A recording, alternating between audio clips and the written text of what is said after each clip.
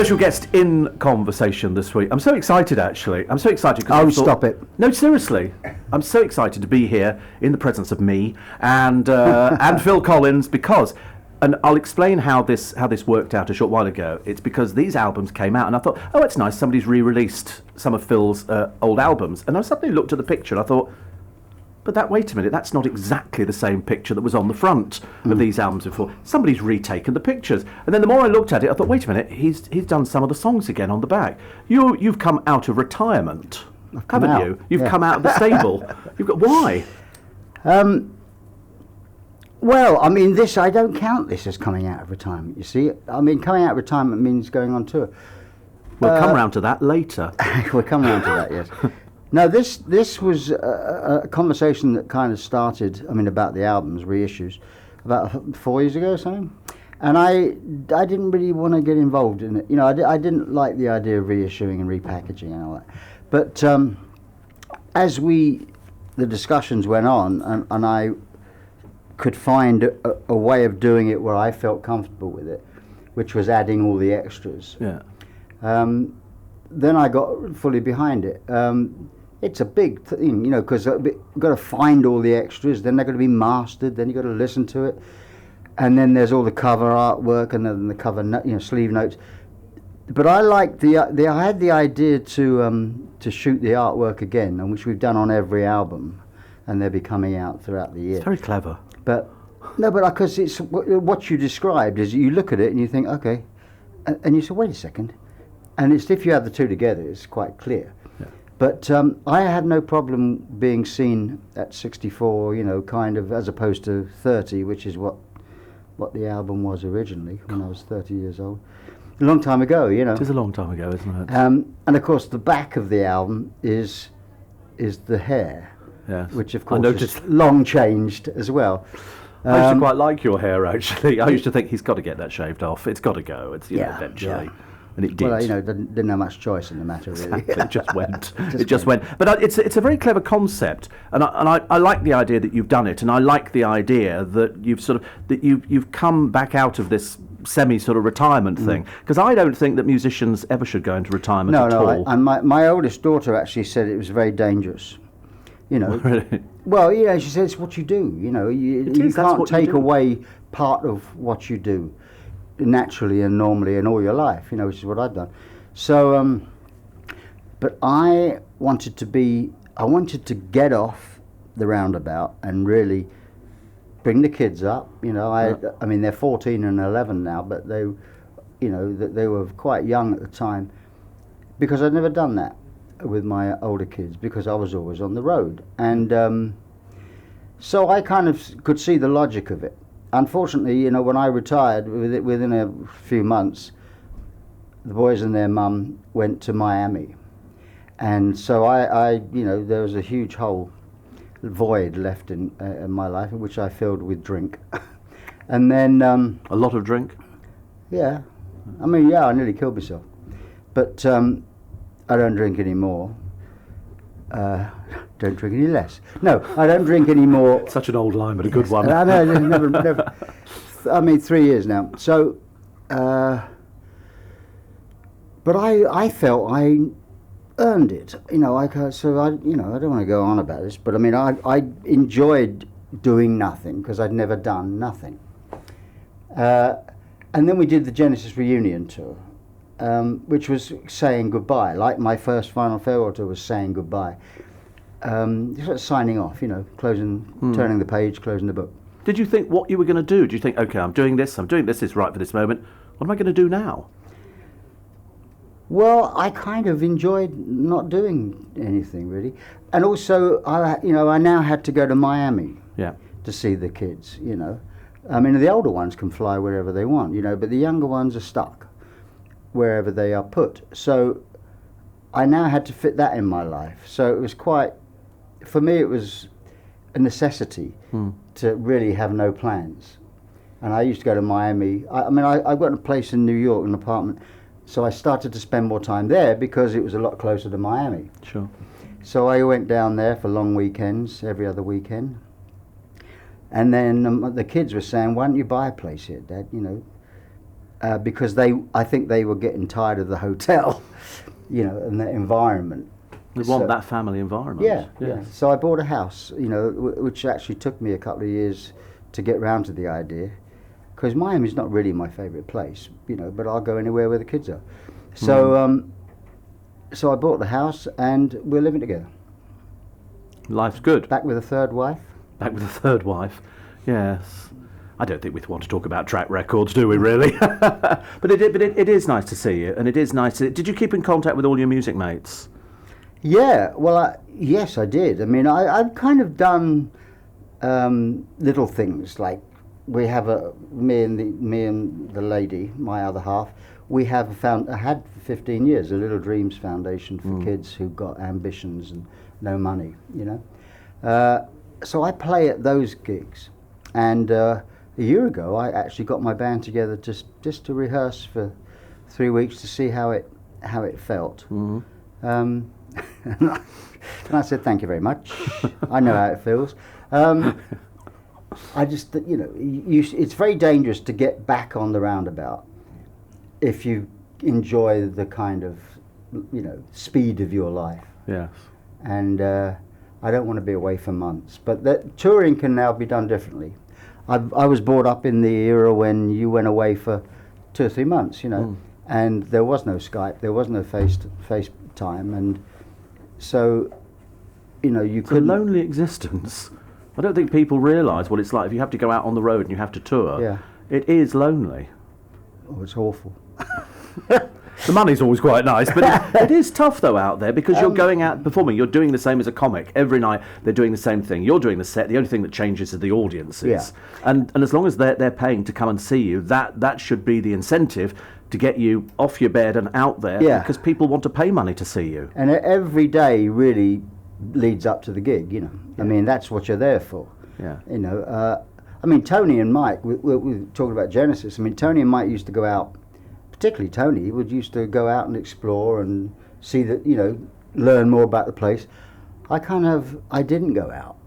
I kind of was prepared, if you like, for the show. Yeah. If we were in another country, I'd spend an hour with someone and learn, you know, phonetically writing the language of what I was going to say. So I kind of, you know, I wouldn't say it was lonely. I never felt like it was lonely. I'm quite happy on my own, you know. Yeah. Yes, you like your own company. Well, I'm okay with it, you know. Yeah. I mean, I love being with my kids, don't get me wrong, you know. But if I'm on my own, I don't crave it, you know, I don't crave company, no. Yeah. So there you are, and you're sitting at home, and you've done all these bits and pieces, and you buy the house, and then from Miami, are you back in Switzerland? No, I got places. Here we go. I always said a one front door man, me. Yeah. One front door, everything under one roof, you know. Yeah. Well, I got this apartment in New York, which is great because Lily, Simon, Jolie, and the kids love it, the young ones. You know, they use it as well as me. If they have to ask me, of course, you know. Is it home? I mean, do you consider it home or just consider it an apartment? Oh no, it's a home. Right. Yeah, it's very nice. I mean, I love it there. I've still got the house in Switzerland, you know, that I bought in 2007. Yeah. And I bought it because it was close to the kids, and you know, it's too small for the family. It's more like a chalet, really. Chalet. Yeah. Yeah. Yeah. Quite a nice chalet. I've got a chalet. No, it's not big. No, I just said it's nice. It's nice. I just wonder what the furnishings would be like. I wonder if we saw photographs of the interior, would we know it was Phil Collins's place? No. Certainly, there's no dig me stuff. No. No pictures in the studio. Oh, there's plenty of pictures. Plenty of pictures of the kids mainly, and you know, various, you know, groups of people. But no, it's all in my studio in Switzerland, which is just a studio that I can run on my own.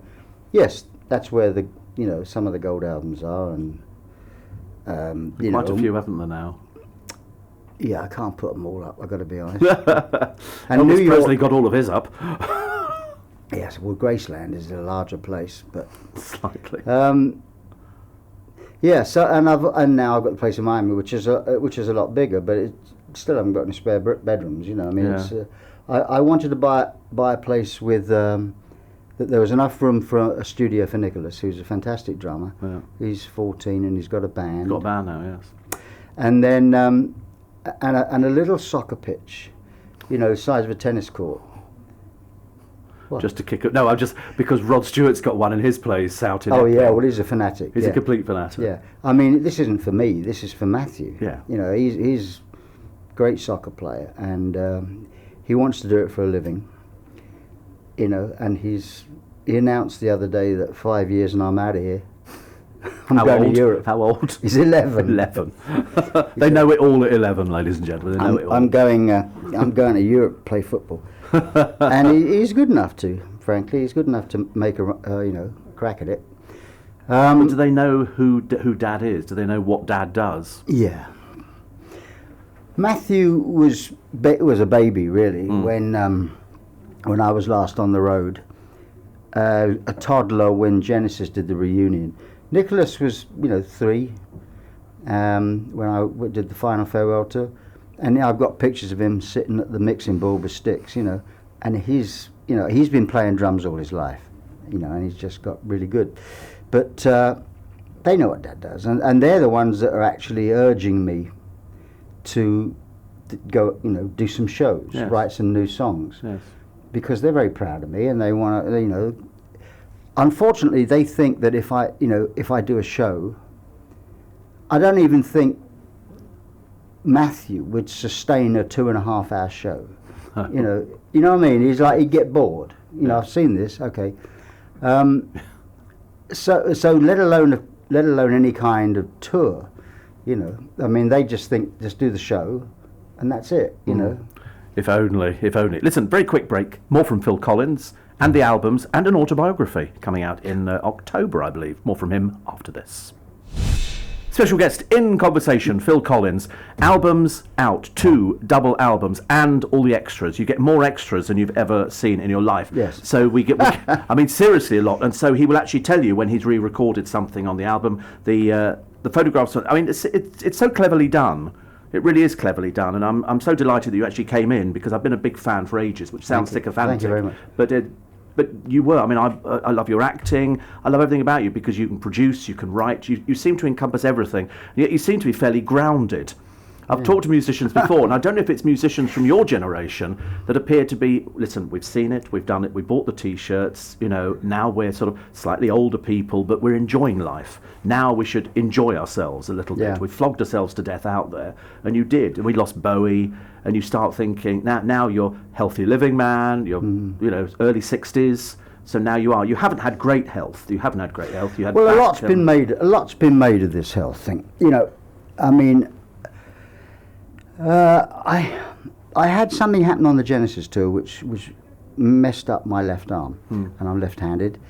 And I noticed this towards the end of the tour with playing the drums in the parts of the set that I was playing, the drum duet with Chester Thompson, for example. I started to lose grip and power. So I went to a doctor about it, and they found that my vertebrae at the top of my spine were in bad shape. So I had that operation, and then people think that, they thought that it was affecting my left arm, but it didn't. So I had another operation. So I mean, a lot has been made of it. I think the 2 years I was down for a couple of years and hospitalised, with the drinking thing. And the other, relatively recently, I had a back surgery, which is actually fine, And the reason I'm hobbling is because you did your foot. Yes, I did my foot. Just You've to be sure. You've got incredibly young hands. Do you not? You look at people's hands. I look at people. I don't know why, but I'm looking at your hands, thinking, God, they're incredibly young hands. Yeah. Is that because I know everybody's now looking at their hands? Everybody's sort of going, I don't know, what's an older hand? No, they do. They're incredibly young hands. At one point, did they think about strapping the drumsticks to your hands? Oh, we did. Yeah. On going back, which I really wanted to play drums on because I wanted to emulate those great drummers with Motown, Oh. And so I had to literally tape my stick to the left hand. And it was quite funny because when we'd done a take, Ivan, who was the engineer, he'd say, "Come and have a listen." Now, I didn't know whether I should untape my stick and go into the control room. So I used to go into the control room, a bit like Dr. Strangelove, you know, with this stick stuck to my. Had to be very careful about what I did with my hand. But yeah, I did all the drums, and you know, and it was great fun to be able to do it in some shape or form. I'm glad you mentioned Motown, because I talked to Gladys Knight a while ago, and I said I'd love to have been in at the Motown sessions. Yeah. She said it was pretty crowded. She said the room was pretty small. Yeah. She said, and everybody crammed it. I said I'd have loved it. I said, why didn't they film them? I said I'd love to have seen the films of those. There are certain bits, aren't there? That yeah, I exist. did a lot of research. You know, I mean, it's amazing. You can get Heatwave just the singing. You can get Heatwave just the track. I don't know. You know, this is like probably early stereo mixes. So if you just take one side out, which is what it used to be like. People had 8 tracks. If you had a 16-track studio, it's considered quite flash. 32 tracks, 64 tracks. Yeah. Smokey Robinson sang me the riff from Tears of a Clown, which just goes dun dun dun dun dun dun dun dun dun, and all the way through. That's all it is. Yeah. But with these orchestrations on it, it's just brilliant. Yeah, yeah. And what I did, it was I'd roll off all the top, you know, the treble, as if you. Just to listen to the bass part, and then I would do a demo. You know, I'd be doing my demos because I love doing demos, and I would learn the bass part, and then I'd get the real guy. I mean, not James Jameson because he's dead, unfortunately, but Bob Babbitt, who is also now dead. But he played on that album, on my album, and I thought I'd had the bass part down, you know, and then he comes in and plays it, and I say, "You sure?" He said, "Yes, I played it." You know, Tears of a Clown. I was there. Eddie Willis was one of the 3 original guitar players, and you know, he's still alive, and so to hear him say, "No, this is what we did. This is what we did." It was like great to have stories. Yeah, you know? I love things like that. So before we started, Phil and I were talking about Elvis Presley, because I said I met Priscilla, and all I could keep thinking. I'm not going to say exactly what I thought, but I mean, it was a case of. You know, she was married to Elvis Presley. A friend of mine is the biggest Presley fan ever, and I've got a series of albums at home of the Presley original recordings of some of his songs, which then changed tempo later. And it was the original RCA recordings, which after he died, they brought out, where you hear him talking, saying, "I think we'll do that bit again." Yeah. And that was the fascinating thing for me, because that made him far more real in my mind. And yet, when you look at his Las Vegas shows, they were so simple. There was nothing. There was no big flash stuff. It was just him, a tight band, the singers, and that was it. Tight trousers. Very tight trousers. Very tight trousers, and lots of sort of, you know, and he was like you. He just worked. You know, you're here tonight, you know, you go back and you do this, and he would be surrounded by his little entourage. There are people out there, I mean, and Tony Bennett is an example of they just don't stop. B.B. King, before he died, he would work 300 days of the year. You know, that's what he did. Because it's something in you, isn't it? I don't know what it is about musicians, but if I could play an instrument, which luckily for you I can't, I'd be out there all the time wanting to play it. I'd be jamming in on people's shows and all the rest of it, because you just want to play. Well, you know, this is what my life's been like. I mean, because of the book, I have been looking back, you know. I mean, I've got a great memory, but I've been looking back at the tours that we did. My manager's on my left. Yes, I know. I could see the look. How long's he been your manager? 40. Is it 40 years? Yes. Now that's quite something in this day and age. I have to tell you. People generally, you know, you start off with somebody, so that there's got to be some sort of rapport. You have to trust somebody. Yeah. He's my dad, really. But no, the tours. I mean, and I was, you know, I'm to blame. I mean, apart from he was convinced that every month has 5 weeks. Yeah. I think I'm old school. I think it's got 4 weeks. No, it's 5. So start. Don't you can do it. You can do it. Yeah. We'll just squeeze another date in here, and you go, well, that's not really. You know, and then of course you start selling out, and people want to add. Not people. I mean, you know, agents. That's what they do. I mean, it's like, you know, dog and a bone, if you don't mind me saying. So it's like you can't. You gotta. Why not maximise, you know? Yeah. But of course, it makes the tour longer, and then you're away from home, and then you do. With me, it was Genesis album, Genesis tour, come back, a couple of weeks off, Phil Collins out, you know, I'd start writing, I kind of felt I was ready. And then in the breaks, I'd go out with Eric Clapton or John Martin or Robert Plant. Just because I wanted to play. Yeah. And I got asked to play with some great people that are heroes of mine. I mean, Clapton, Eric was a great friend, is a great friend of mine. Yeah. But I never met Robert Plant, and he just asked me if I'd play on his albums. And then once we'd done 2, we went on the road, and you can't grumble about being behind Robert. You cannot. In your autobiography, have you been honest? Oh, yeah. Yeah, I've been very honest. I think it's very cathartic to actually go back and try and remember all the things. You can sit down with Tony or whoever and say, what did we do there? Because it's going to jog your memory, isn't it, of all the things that you did? Yeah, I mean, again, the internet is quite an amazing thing. I mean, I'm doing it with a journalist friend who's kind of helping me. He gives me a bit of a prod, winds me up, and then I start, But if I say, well, I'm not sure how long that tour was, you say, all right, and it goes on the internet, and it will be there. Yes. And there's some places I don't remember at all, but I remember most of it. Yeah. Oh, the internet it's changed our life. In our lifetime, mobile phones, the internet, televisions that are a third of the price that they were years ago. I mean, everything is unbelievable. You go to the internet, I type in Phil Collins, 5,625,000 articles on Phil Collins, and it's all there, and you think, where does it come from? And it's every interview you've ever done. You go to YouTube, every video, everything, every interview that you've ever done, it's all on YouTube. It's phenomenal. It's amazing research. I went I had a little studio in New York, which now is in Miami. But I was just looking through for something, the YouTube thing, and I found a demo of mine that I never finished, and I wouldn't even know where it was, and it was on YouTube. And I thought that's quite a good bit actually, So I tried to learn it. Again, having only played it once or twice, but I don't know the source of this material. I don't know. But over the years, you see, there must be thousands of photographs that people have got of you, taken either at gigs or outside somewhere or doing something, and people have all this stuff. Yeah. So that's why. I'll look forward to the autobiography. Yeah. I mean, it's still a work in progress, but it's going to be coming out in October, as you say. And I have been honest, I mean, it's not a get-even book. No. I mean, I'm trying to write a couple of things that have been fallacies, really. But I can imagine. Yeah.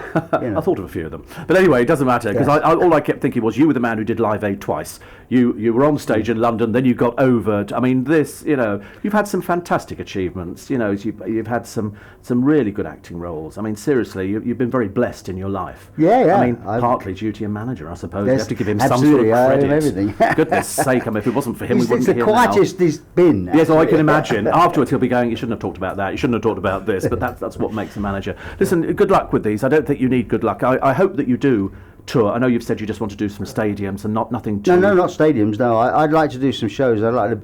Maybe theatres or something. Theatres? Yeah, maybe. I don't know. It's still... Work in progress? Work in progress. Sorted out with Tony? Yes. Excellent. Phil Collins, thank you so much. Okay. Right. I'm just... when I look at Tom, I'm delighted what he does. Yes. And he... No, I've heard. Never seen you. I've heard you were in certain shows, and then I think, oh, wonderful.